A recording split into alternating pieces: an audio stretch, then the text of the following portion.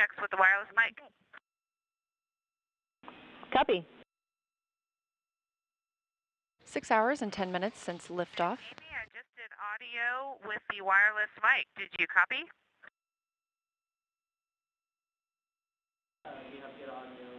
And we copy good audio on the handheld mic.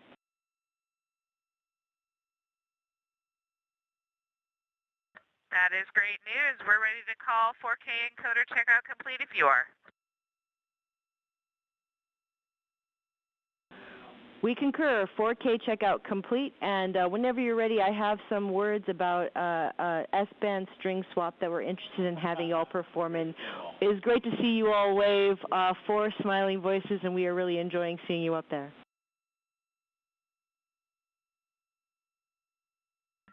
Not as much as we're enjoying being here. That is true. This view on your screen coming from Orion, looking back at all of us on Earth.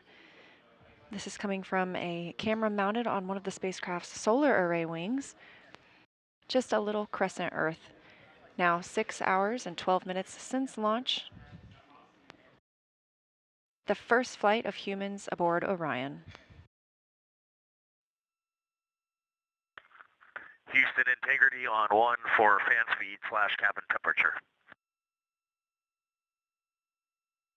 Houston's listening.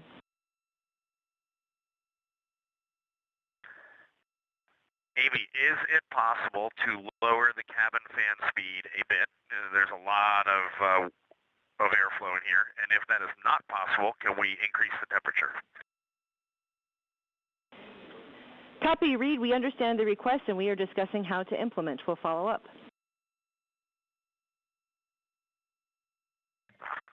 Yeah, sounds good. No urgency there, but just know that that will be our desire down the road. Copy. Now that the crew is awake, they are going to step into a brief post-sleep period, and then they will begin preparing for the perigee raise burn, or PRB burn. That burn is scheduled to take place in just under an hour from now, about 59 minutes until that burn ignition start. Houston Integrity, good morning. We are with you for PRB ops. And Integrity and Christina, good morning to y'all as well. Things are progressing well with PRB ops. We can do a quick tag up here shortly once we get our story ready. And this is Mission Control Houston. You just heard a little bit of communication there on the Orion to Earth loop, and that is the voice link between the ground and the Orion spacecraft. So that was NASA astronaut Christina Cook, who is one of the mission specialists aboard the Orion spacecraft. Again, there are 4 crew members currently living and working on the Orion spacecraft as part of the Artemis II mission. So Christina was speaking directly with the team here in Mission Control Houston, specifically the CAPCOM, or capsule communicator, and that flight control position serves as the direct voice link between the crew and the ground. Houston Integrity for cabin temps. Hey, go ahead, Christina.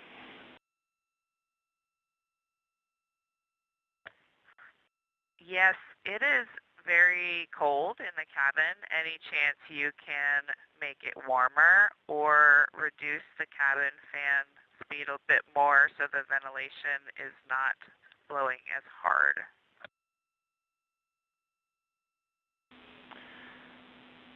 Yeah, Christina, understand. While y'all were asleep, we did turn one of our knobs that we have, and that was the rad loop set points. And we saw a very small increase in the temperature. And so we're going to take a look at some of these shell heaters, and we'll let you know when we start putting some of that in work, and we can see if that affects the temperature in a positive way. Our next check with you is for your go, no-go confirmation.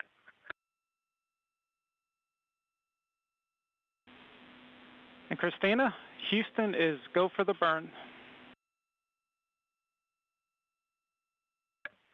Integrity copies.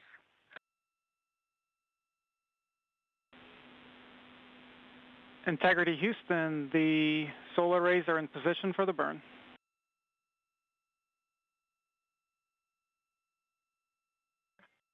Integrity copies. And this is Mission Control Houston. We are about 1 minute out from the perigee raise burn. That burn expected to last about a minute. The burn will adjust Orion's perigee, or the lowest point of its orbit, into the correct orbital geometry to set it up for its translunar injection, or TLI burn. And that perigee raise burn is now underway.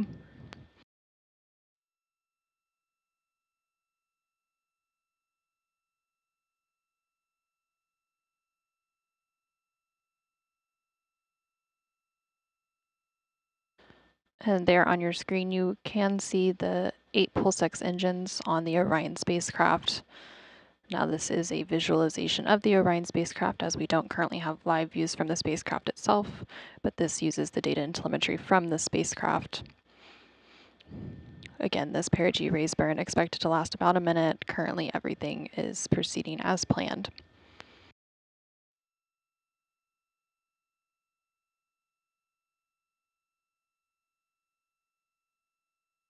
And we do have confirmation that that burn is complete. It was a good burn. We're tracking a good burn. And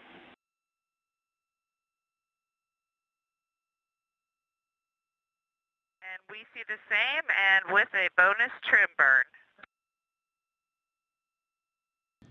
And there on your screen, you are seeing a live view of the Orion spacecraft from one of its solar array wing cameras, and you can also see another one of the solar array wings on the bottom right hand of your screen from the Orion spacecraft. Again, this live view comes following that perigee raise burn. There, we really appreciate it. It's been a good first. Well, it's been 2 orbits of Earth, I guess, and this one's just got a 38,000 mile apogee. We're going to pick up in 26-1-100 pre-sleep checklist, and then we're going to dim the cabin down and get some rest. Thanks for your support. Yes, great PRB day. Excellent flight day 1, y'all. Get some good rest, and we'll be in touch in a couple hours. You as well. Good night, Earth. Good morning, Artemis II crew. While you're soaring beyond Earth, we're sending a little piece of home your way. Here are some messages from your NASA team to brighten your flight day. From your friends in the R3 Flight Systems Branch, we are go for exercise. Godspeed, Artemis II. Let's go fly from the Orion Human Engineering Team. Woo! Wishing you an excellent mission around the moon from the Huntsville Operations Support Center's Systems Engineering Team. Go Artemis! From the Marshall Space Flight Center Earth Science Branch to the crew of Artemis II. We wish you success, bringing back some perspective. We just wanted to wish you a safe trip to the moon from your JSC SWAT team. From the Wallops Island Radar 5 crew, go Artemis, Godspeed. Good luck from your Orion Mission Planning Team. IMAP team wishes you a safe journey. Go Artemis II! From all of us at NASA's Launch Services Program, we're so proud to support the journey to the moon. Go Artemis! Houston Integrity, we are ready to go, and that was awesome. Thank you for all of those messages. You are very welcome. Good afternoon and welcome to the Artemis Flight Control Room here at NASA's Johnson Space Center in Houston, Texas. I'm NASA PAO Leah Cheshire Mustachio, your Orbit 1 commentator, ready to take you through a very busy day for the crew, namely with the translunar injection burn this afternoon. That is scheduled for 6:49 p.m. Central Time, expecting a 5-minute and 49-second burn on the OMS engine. On the left, the data visualization you're seeing is ARROW, the Artemis Real-Time Orbit website. If you look closely, you can see we are now under 10,000 miles away from Earth. That will continue to decrease until we get to 115 statute miles above our home planet. That'll be the closest the crew is to the planet until they return for their splashdown on flight day 10. Integrity. Houston has completed the poll for TLI. When the engine ignites, you embark on humanity's lunar homecoming arc and set the course to return Integrity and her crew safely home. Houston is go for TLI.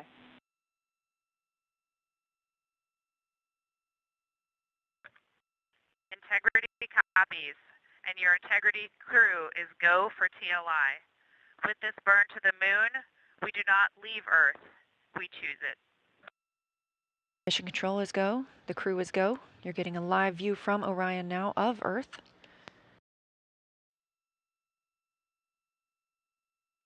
"10 seconds until translunar injection burn start.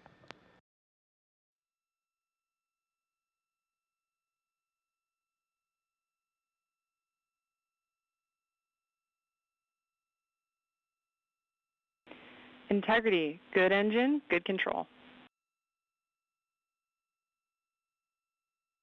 We show the same. Feels great up here. At MET, mission elapsed time of 1 day, 1 hour, and 14 minutes into the Artemis II mission. As Orion was flying 115 statute miles above Earth and 247,600 miles away from the moon, we have the start of the translunar injection burn that will send the crew around the moon, the first humans to do so in over 50 years.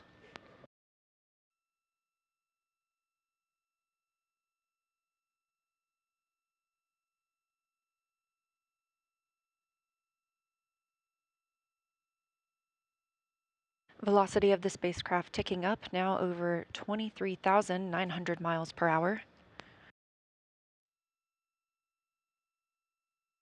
2 minutes into this 5-minute and 50 second burn.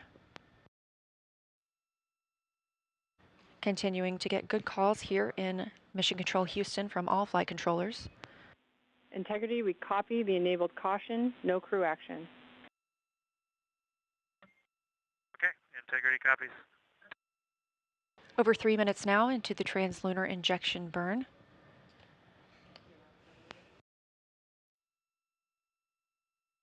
These live views coming from Orion as it looks back on Earth, leaving high Earth orbit and beginning its journey to the moon. We are now 230 miles above Earth, 246,500 miles away from the moon.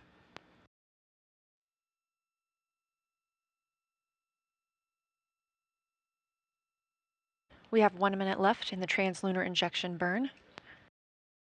Everything continuing to look good. We have less than 20 seconds left of this burn. This is the final major burn for the mission because this also serves as our deorbit burn.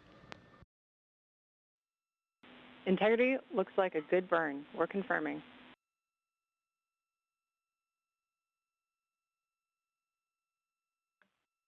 Integrity copies. Confirmation from teams here on the ground to the Artemis II crew aboard Orion. We have translunar injection burn cutoff and early reports that it was a very good burn. Orion now 520 miles away from Earth. Just 5 minutes ago, we were only 115 miles above Earth's surface. That distance will continue to increase as we are now on a trajectory to fly around the moon for the first time in over 50 years. Live views from the Orion spacecraft as it looks back on Earth following completion of the translunar injection burn, the burn that commits us to flying around the moon. It also commits us to a return to our home planet on Flight Day 10 and a splashdown in the Pacific Ocean. But for now, these views of Earth as Orion starts its journey.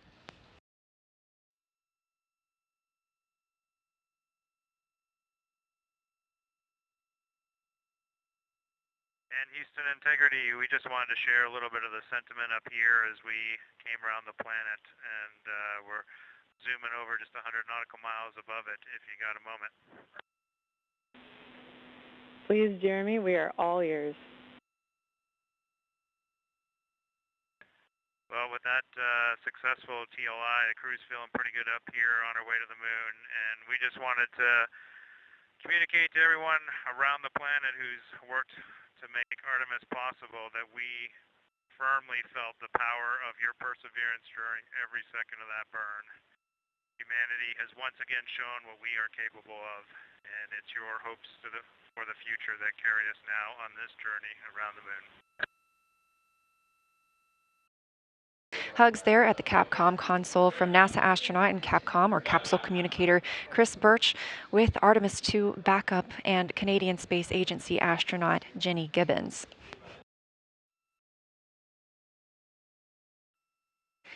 This is a live view from the Orion capsule looking back on Earth, our home planet. We are now 18,500 miles away from Earth. When we conducted that translunar injection burn coming up on about 2 hours ago, we were just 115 miles above our planet. Obviously, that has increased exponentially as we are now on the journey to the moon and back home. Currently, Orion is 223,000 miles away from the moon. This is Artemis Mission Control, now MET or mission elapsed time 1 day, 3 hours and 10 minutes into the Artemis II mission, the first flight of humans around the moon in over 50 years. And we are going to the moon. After a successful translunar injection burn today, we are now over 19,500 miles away from Earth and growing closer to our lunar neighbor, now 222,000 miles away from the moon. The view on the left side of your screen is from Orion, a live view looking back at our home planet, that small dot. And down in the bottom right-hand screen, you can see Capcom Chris Birch wrapping up her Orbit 1 shift today, as well as Flight Director Jeff Radigan. They've been leading the teams throughout Orbit 1 and the translunar injection burn. Integrity Houston, you ready for the event?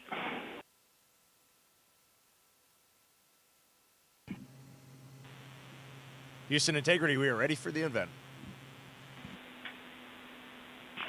ABC News, this is Mission Control Houston. Please call Integrity for a voice check.